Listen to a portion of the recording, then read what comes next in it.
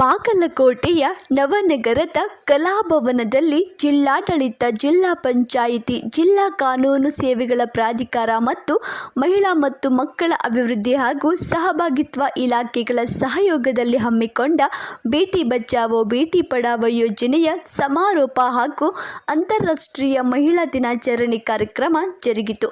ಸಮಾರಂಭವನ್ನು ಶಾಸಕ ಜೆ.ಟಿ. ಪಾಟೀಲ್ ಚಾಲನೆ ನೀಡಿದರು. ಈ ಸಂದರ್ಭದಲ್ಲಿ ಮಾತನಾಡಿದ ಅವರು, ಹಿಂದೆ ಮಹಿಳೆಯರಿಗೆ ಅಡಿಗೆ ಮನೆಯೇ ಸೀಮಿತವಾಗಿತ್ತು. ಆದರೆ ಇಂದು ಸ್ಥಳೀಯ ಸಂಸ್ಥೆಗಳಲ್ಲಿ 50% ಮೀಸಲಾತಿ ಕಲ್ಪಿಸಲಾಗಿದೆ. ಅಲ್ಲದೆ ಇಂದು ಸ್ತ್ರೀ ಎಲ್ಲ ಕ್ಷೇತ್ರಗಳಲ್ಲಿಯೂ ಮುಂಚೂಣಿಯಲ್ಲಿದ್ದಾಳೆ. ಇತ್ತೀಚಿನ ಗಗನಯಾತ್ರಿ ಸುನೀತಾ ವಿಲಿಯಮ್ಸ್ ಸಾಧನೆ ಮೆಚ್ಚುವಂತಹದ್ದಾಗಿದೆ. ಅಂತಹ ಅದೆಷ್ಟೋ ಮಹಿಳೆಯರು ದೇಶಕ್ಕಾಗಿ, ಸ್ವಾತಂತ್ರ್ಯಕ್ಕಾಗಿ, ಶೈಕ್ಷಣಿಕ, ಕ್ರೀಡೆ ಮುಂತಾದ ಕ್ಷೇತ್ರದಲ್ಲಿ ಪ್ರಸಿದ್ಧಿ ಪಡೆದಿದ್ದಾರೆ ಎಂದರು. ಸಮಾರಂಭದ ಅಧ್ಯಕ್ಷತೆ ವಹಿಸಿದ್ದ ವಿಧಾನ ಪರಿಷತ್ನ ಶಾಸಕ ಪಿ.ಎಚ್. ಪೂಜಾರ್ ಮಾತನಾಡಿ, ಹೆಣ್ಣು ಅಬಲೆಯಲ್ಲ ಸಬಲೆ. ಹೆಣ್ಣು ಗಂಡಿನ ನಡುವೆ ಶಾರೀರಿಕವಾಗಿ ವ್ಯತ್ಯಾಸ ಇದ್ದರೂ ಸಹ ಮಹಿಳೆ ಮಾತ್ರ ಮಾನಸಿಕವಾಗಿ ಹೆಚ್ಚು ಬಲಿಷ್ಠಳಾಗಿರುತ್ತಾಳೆ. ಹೆಣ್ಣು ಮಕ್ಕಳಿಗೆ ನಮ್ಮ ದೇಶದಲ್ಲಿ ಸಿಗುವ ಗೌರವ, ಮಾನ್ಯತೆ ವಿಶ್ವದ ಯಾವ ಮೂಲೆಯಲ್ಲಿಯೂ ದೊರಕುವುದಿಲ್ಲ. ತಾಯಿಯಾಗಿ, ಪತ್ನಿಯಾಗಿ, ಸಹೋದರಿಯಾಗಿ ನಿಲ್ಲುವಂಥವಳು ಮಹಿಳೆಯಾಗಿದ್ದಾಳೆ.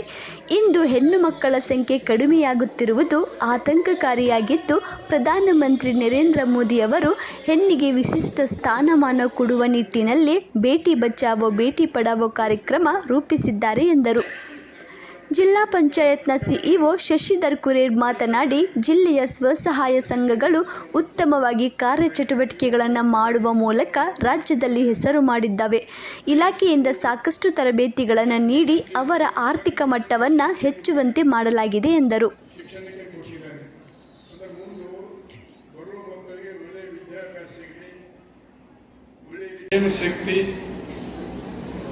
ಕುಟುಂಬ ನಿರ್ವಹಣೆ, ಶಿಕ್ಷಣಕ್ಕೆ ಕೊಡುವ ಒತ್ತು ಬಹಳ ಜವಾಬ್ದಾರಿಯಿಂದ ನೀವೆಲ್ಲ ಕಾರ್ಯನಿರ್ವಹಿಸ್ತಾ ಇದ್ದೀರಿ.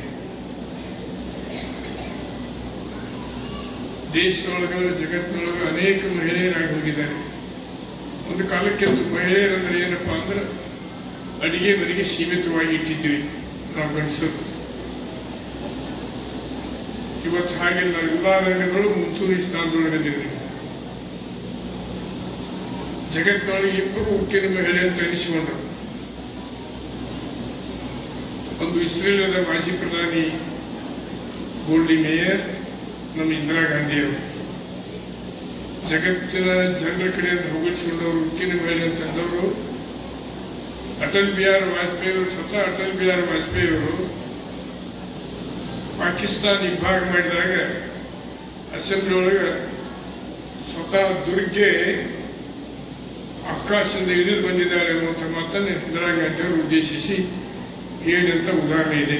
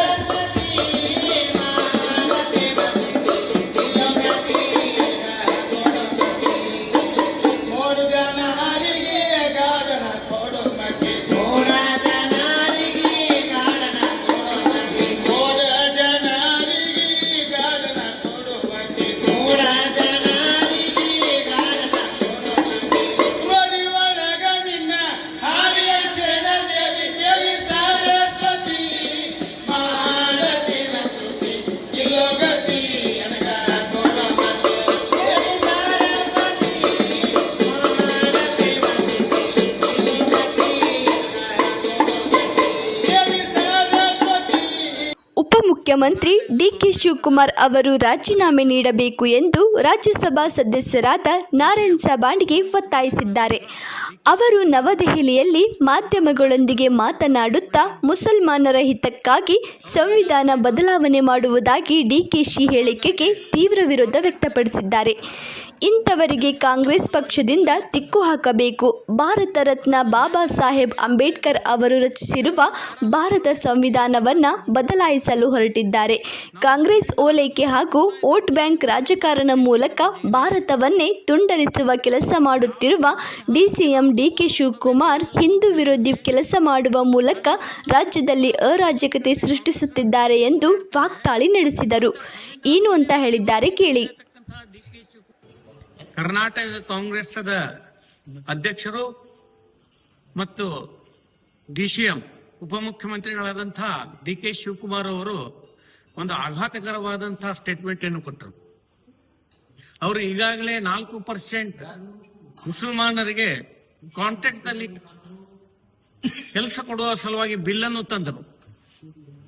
ಅದನ್ನು ಹೇಳ್ತಾ ಇರುವಾಗ ಏನಂತ ಹೇಳಿದ್ರು, ಇದರ ವಿರುದ್ಧ ಯಾರಾದರೂ ಕೋರ್ಟಿಗೆ ಹೋಗ್ಲಿ, ಎಲ್ಲಿ ಬೇಕಾದರೂ ಹೋಗ್ಲಿ, ನಾನು ಸಂವಿಧಾನವನ್ನು ಕೂಡ ಇದರ ಸಲುವಾಗಿ ಬದಲಿ ಮಾಡಲಿಕ್ಕೆ ಸಿದ್ಧವಿದ್ದೇನೆ. ಯಾವ ಸಂವಿಧಾನಕ್ಕೆ ನಾವು ಗೌರವ ಕೊಡಬೇಕು ಎಲ್ಲರೂ ಅಂತ ಹೇಳ್ತೀವಿ, ಸಂವಿಧಾನದ ಪುಸ್ತಕ ಪಾರ್ಲಿಮೆಂಟ್ ನಲ್ಲಿ ಕಾಂಗ್ರೆಸ್ ಹಿಡ್ಕೊಂಡು ಓಡಾಡ್ತಾರೆ, ಅಂತ ಸಂವಿಧಾನವನ್ನೇ ಬದಲಿ ಮಾಡ್ತೀನಿ ಅಂತ ಹೇಳ್ತಕ್ಕಂತಹ ಡಿಕೆ ಶಿವಕುಮಾರ್ ಅವರು ಮೊದಲು ರಾಜೀನಾಮೆ ಕೊಡಬೇಕು, ಇಲ್ಲಂದ್ರೆ ಅವರಿಗೆ ಹೊರಗೆ ಹಾಕಬೇಕು. ಕಾಂಗ್ರೆಸ್ ಪಕ್ಷ ಮೊದಲಿನಿಂದಲೂ ಗೊತ್ತು ಇದು ಮುಸಲ್ಮಾನ್ ಪರವಾಗಿರ್ತಕ್ಕಂಥ ಸರ್ಕಾರ ಅನ್ನೋದು. ಅವತ್ತೇ ಹೇಳಿದ್ರು ಡಾಕ್ಟರ್ ಬಾಬಾ ಸಾಹೇಬ್ ಅಂಬೇಡ್ಕರ್ ಅವರು, ಈ ದೇಶ ವಿಭಜನೆ ಆದ ನಂತರ ಮುಸಲ್ಮಾನರು ಇರ್ಲಿಕ್ಕೆ ಅವಕಾಶ ಕೊಡಬಾರದು. ಯಾಕಂತಂದ್ರೆ ಮುಸಲ್ಮಾನರು ವಿಭಜನೆ ಆದ ನಂತರ ಇಲ್ಲಿ ಇದ್ದರೆ ಅವರು ಈ ದೇಶದಲ್ಲಿ ತೊಂದರೆಯನ್ನು ಉಂಟು ಮಾಡ್ತಾರೆ ಅನ್ನತಕ್ಕಂಥ ಮಾತನ್ನು ಡಾಕ್ಟರ್ ಬಾಬಾ ಸಾಹೇಬ್ ಅಂಬೇಡ್ಕರ್ ಅವತ್ತೇ ಹೇಳಿದ್ರು. ಎಲ್ಲರನ್ನು ಪಾಕಿಸ್ತಾನಕ್ಕೆ ಕಳಿಸಬೇಕಂತ. ನಮ್ಮ ರಾಜೀವ್ ಗಾಂಧಿ ಅವರು ಮುಸಲ್ಮಾನ್ ಪರವಾಗಿ ಎಷ್ಟಿದ್ರು, ರಾಹುಲ್ ಗಾಂಧಿ ಅವರು ಮೊನ್ನೆ ಮಾತಾಡುವಾಗ ಏನ್ ಹೇಳಿದ್ರು, ನಮ್ಮ ಪಕ್ಷ ಕಟ್ಟಿದ್ದೆ, ಕಾಂಗ್ರೆಸ್ ಪಕ್ಷ ಕಟ್ಟಿದ್ದೆ ಮುಸಲ್ಮಾನರ ಸಲುವಾಗಿ. ದಿವಂಗತ ಮನಮೋಹನ್ ಸಿಂಗ್ ಅವರು ಪ್ರಧಾನಮಂತ್ರಿಗಳು ಏನ್ ಹೇಳಿದ್ರು, ಈ ದೇಶದ ಸಂಪತ್ತಿನಲ್ಲಿ ಮೊದಲು ಸ್ಥಾನ ಕೊಡಬೇಕು, ಅದು ಮುಸಲ್ಮಾನರಿಗೆ. ಮುಸಲ್ಮಾನ್ ತುಷ್ಟೀಕರಣ ರೀತಿಯಿಂದಾಗಿ ಇವತ್ತು ದೇಶ ಇನ್ನೊಮ್ಮೆ ವಿಭಜನೆ ಮಾಡಲಿಕ್ಕೆ ಕಾಂಗ್ರೆಸ್ ಸಿದ್ಧತೆ ಮಾಡ್ತಾ ಇದ್ದೇನೆ.